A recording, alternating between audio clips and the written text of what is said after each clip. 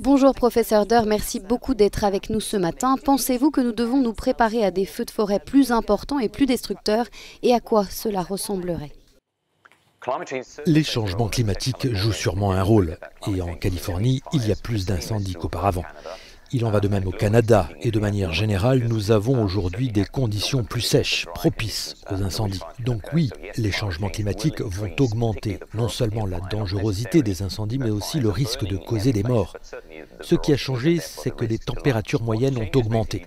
Les précipitations ont chuté, seulement dans quelques endroits, et il y a aussi moins de neige en hiver. Les sols sont donc plus secs lorsque la neige fond, et donc on a des conditions propices aux incendies pendant plus longtemps. Combinez cela avec la sécheresse extrême que l'on a connue cet été et des vents très violents, et toute source d'inflammation peut embraser la végétation environnante et provoquer ces feux.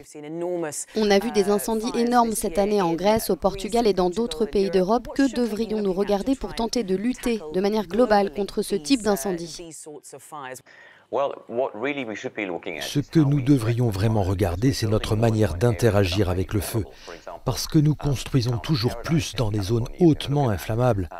Des arbres délimitent les rues, des arbres entourent les maisons, et bien sûr ces pins sont très inflammables dans des conditions extrêmes, comme on l'a vu cet automne. Et c'est ce qui s'est passé en Grèce cet été.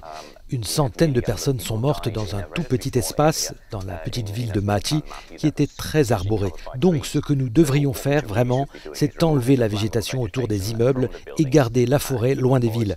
Cela sauvera vraiment beaucoup de vies à l'avenir.